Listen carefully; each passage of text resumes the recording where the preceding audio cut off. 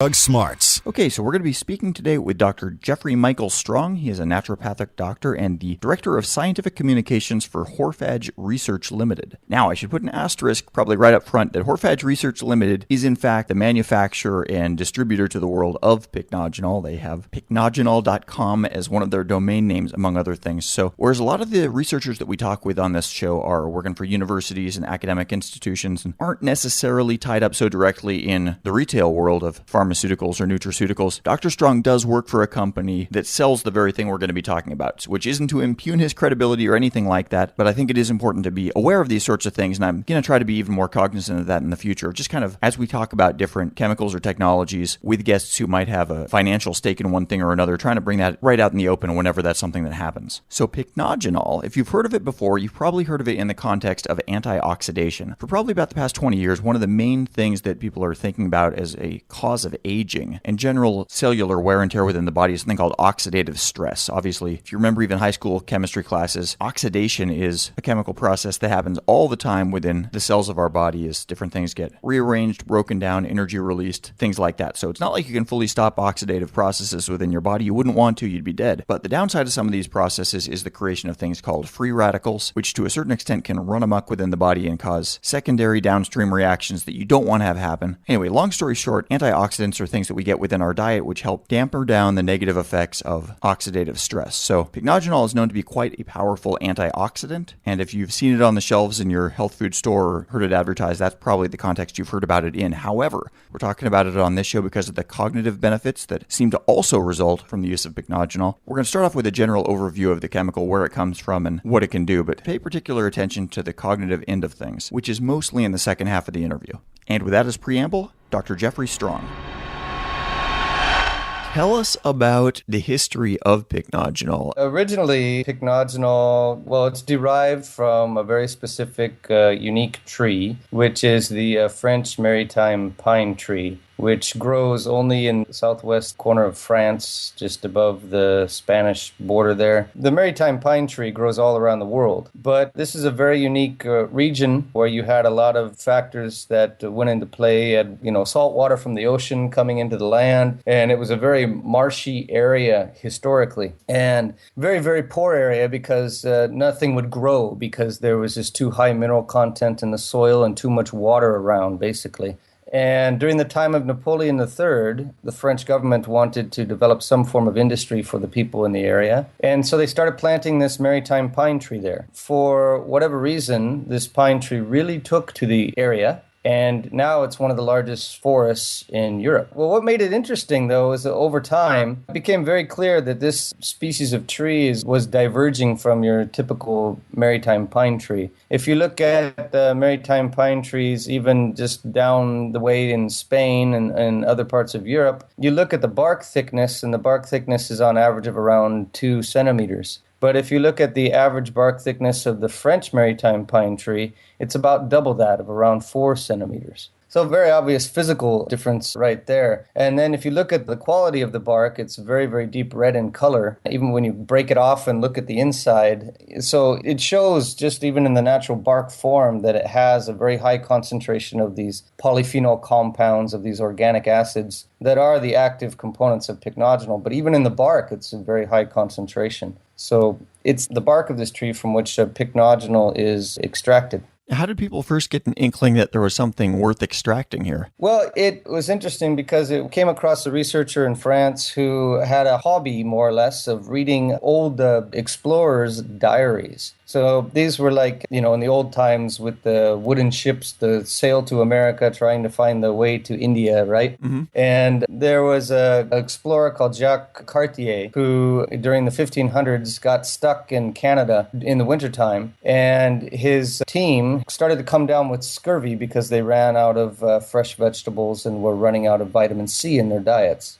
It was during this time that they met some of the Native Americans living in this part of Canada, and they came to the rescue of Jacques Cartier and his team. And what they did was they gave him a tea that was prepared from the bark and from pine needles. And there's a small amount of vitamin C in pine needles, but there's a very, very high concentration of these polyphenol compounds in the bark. Basically, the story is that almost everyone in the crew was saved as a result of just taking this tea. And this French researcher found this story, and it was kind of, like a aha moment to him that there's something good here that needs to be explored. And so he started doing research, trying to figure out what exactly is in the pine bark. And this was not very long after, the polyphenols had been originally discovered. He found that the pine bark was a concentrated source for these many different polyphenol compounds. Most abundantly are what they call very specific one particular type of proanthocyanidin, which is called a procyanidin.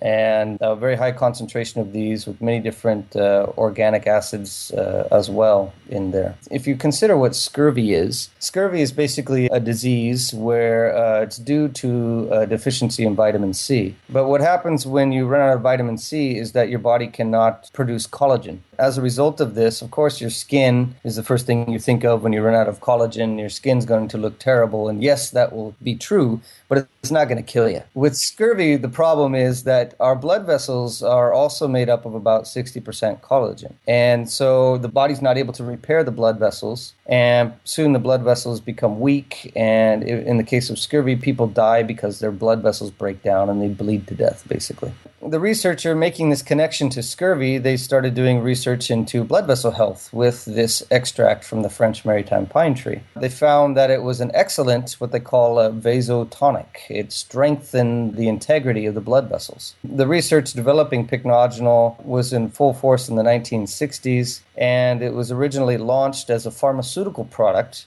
to improve blood vessel health in the sense of making the blood vessels stronger and also enhancing blood flow. In 1967 in France, it was originally launched. And at that point, it was a prescription-only drug. At that point, yes. It is still used as a pharmaceutical, mainly for this same purpose, for strengthening blood vessels and for heart health. Originally, it was developed as a pharmaceutical product only, and it was sold in numerous countries only as a pharmaceutical product. But then in the 1980s, there were changes in the regulations in relation to these type of products. What I mean by that is this is a natural plant extract, and it has a very, very high, strong safety record. And with extracts from natural source that have not shown any problems with safety, they were allowed to be used as health food supplement ingredients. With this change in the regulations, pycnogenol was then began to be sold as a health food ingredient, which it is most commonly sold as today. There was more interest in research of what else pycnogenol could do, and it was found that in the early 1990s that it happened to be a very, very potent antioxidant. It really grew in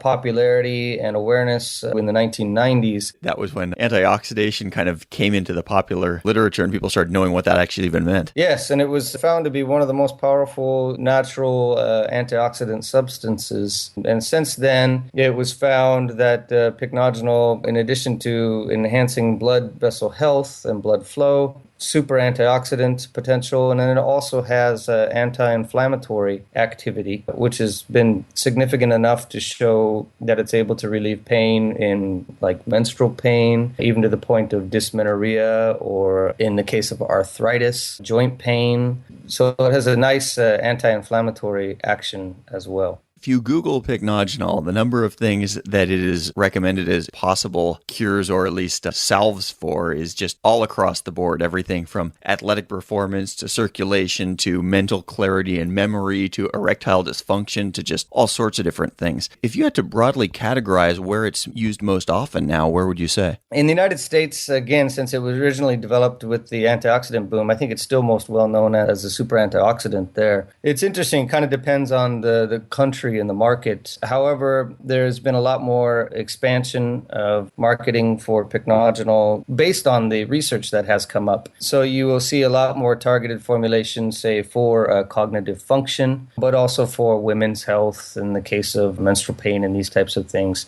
Pycnogenol is not a panacea. It's not a cure-all for everything. But when you think about what it does, it supports human health on a very basic foundational level with improving antioxidant status of the body. That alone has a very good anti-aging effect by decreasing free radical stress in the body. It is a very potent anti-inflammatory and reducing inflammation. There are many conditions that inflammation is a big part of. And so you can see relief of symptoms with many different conditions based on its anti-inflammatory action. And then, of course, improving circulation, blood vessel health, and blood vessel function. That is obviously vital for any kind of heart health related condition. Through these three actions alone, you see pycnogenol supporting a very foundational level of our health. And that's why you see it used with and showing good efficacy with so many different conditions that have been supported by the research. So one counterindication I saw was for people that have autoimmune problems, that because of some of the benefits to strengthening the immune system, if you have any of these conditions where your immune system is actually attacking your own body, pycnogenol could do something bad, could work in the opposite direction by strengthening those attacks of the body on itself. Can you talk a little about that? In my opinion, I think there's a little bit of a gap in the research here related to this, the use of pycnogenol in autoimmune conditions.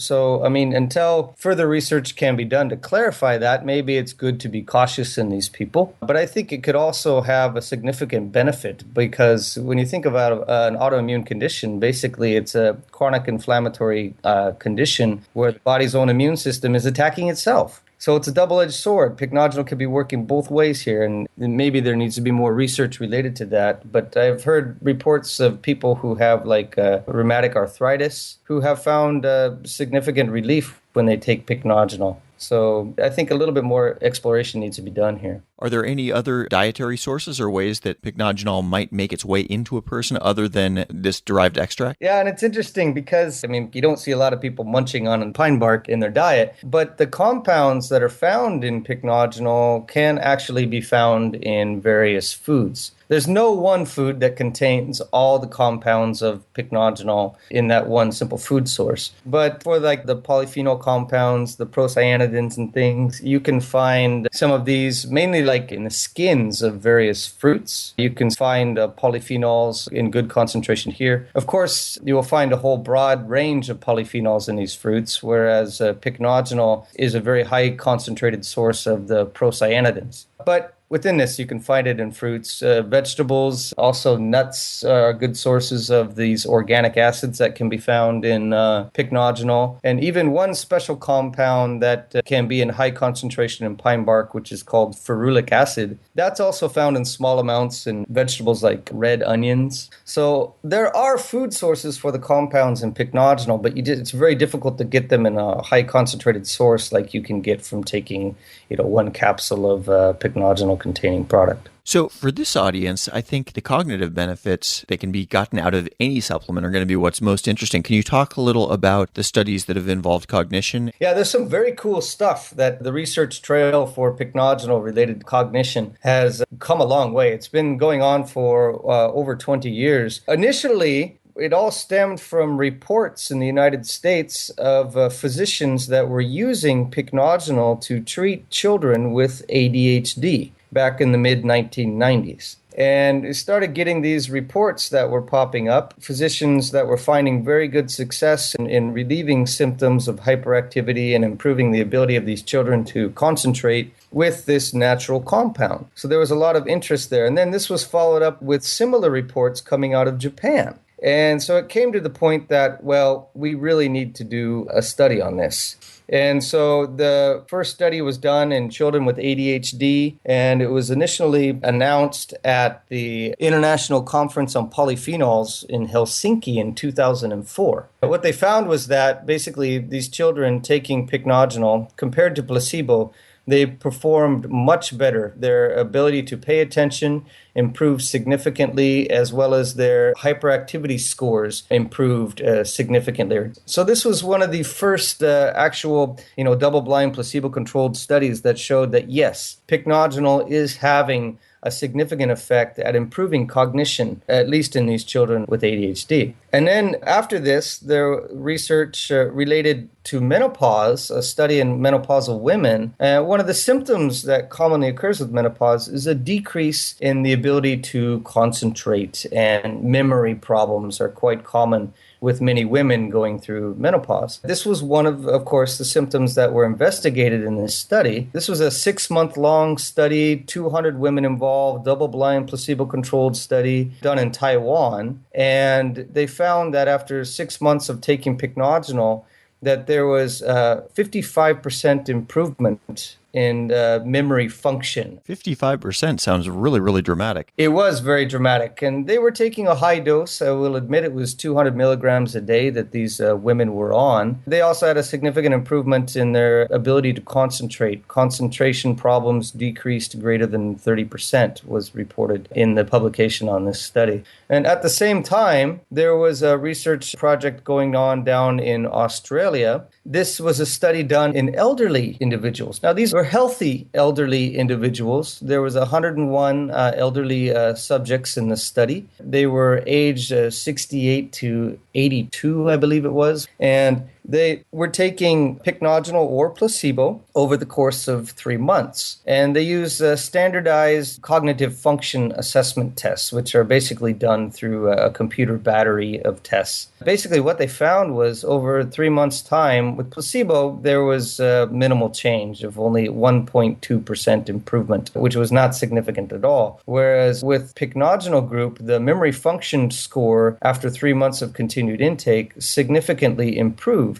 And associated with this, they also wanted to try and find out what one of the possible mechanisms may be. And again, here they investigated the antioxidant function, and they looked at one metabolite of oxidized lipids, which is called the F2 isoprostanes. And of course, the brain, with all the myelin sheath that surrounds our neurons, has a very low tolerance for free radical stress. When this free radical stress is high and the myelin sheath gets damaged as a result of this, this is believed to be one of the factors that contributes to this cognitive decline with age. They found that there was a very significant reduction in the amount of these oxidized lipid metabolites that were being seen. It reduced 23% over 3 months with taking pycnogenol. So very good results there. One of the things we want to look at here is how we can improve quality of life, improve brain function, basically cognitive function in already healthy people. Is this possible with pycnogenol?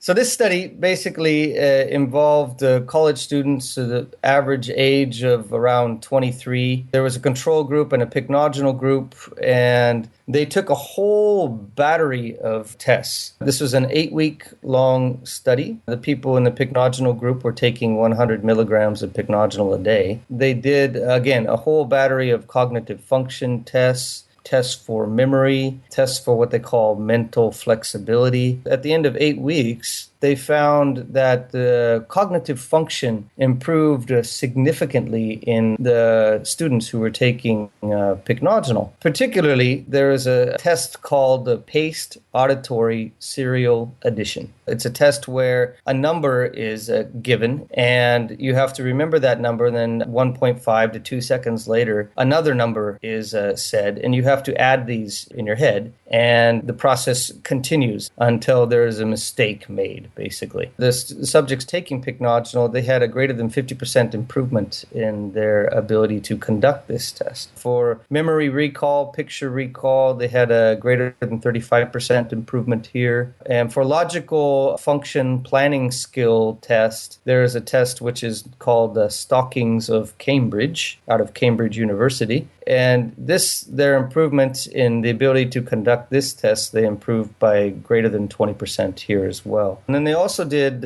another more subjective aspect to the study, was that they gave them a survey to ask them about their mood and their energy level, these types of things. They found that compared to the control group, that after taking pycnogenol for 8 weeks, there was a significant improvement in the feeling of alertness. This was accompanied by a significant decrease in feelings of anxiety and a greater feeling of what they call contentedness or satisfaction with where they are in their life. So this was quite interesting too. The improvement in cognitive function, obviously this is affecting them on an emotional level, improving their alertness, nothing like too much caffeine, which will get you jumpy or anything like that. But the nice solid ability to concentrate improved, and that was clear with the test scores in this study. What's the assumed mechanism of action for the cognitive benefits that we've talked about? Pycnogenol significantly has been shown in numerous studies to improve the function of the blood vessels and help to lower blood pressure, which is also a negative factor in cognition as people age. So improving blood flow to the brain, of course, decreasing free radical stress in the brain,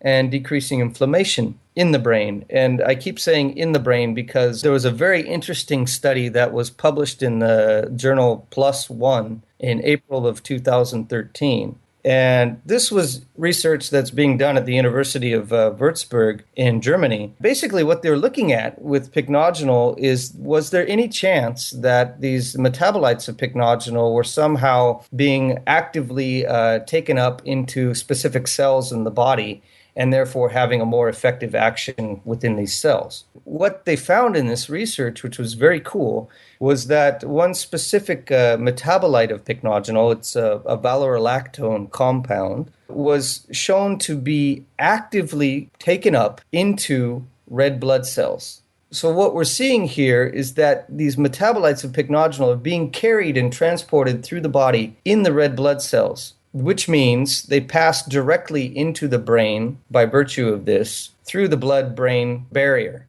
which makes it kind of a new exciting dimension as to how pycnogenol is having these effects and improving cognitive function. So let me ask you this. You've listed a ton of great things about this substance. Where's the flip side? Where's the smudge on the silver lining? The flip side of this, areas where it has really not been researched in or not shown good efficacy, I guess would be within intestinal health, for improving the intestinal environment. There's research lacking here, and there's not much to indicate that it would be that significant at improving intestinal health. What would happen if one overdosed on pycnogenol? We haven't really heard of an overdose situation with pycnogenol in the 40-plus years it's been on the market. These compounds, again, they're all found in different food sources. So to our body, they're not foreign. They're not considered toxic or dangerous substances to our body. Again, anything that we take, if you take it in excess, you can expect that there may be some ill effect from something. So far to date, we haven't seen any type of overdose symptoms with the dose that humans can or would typically consume.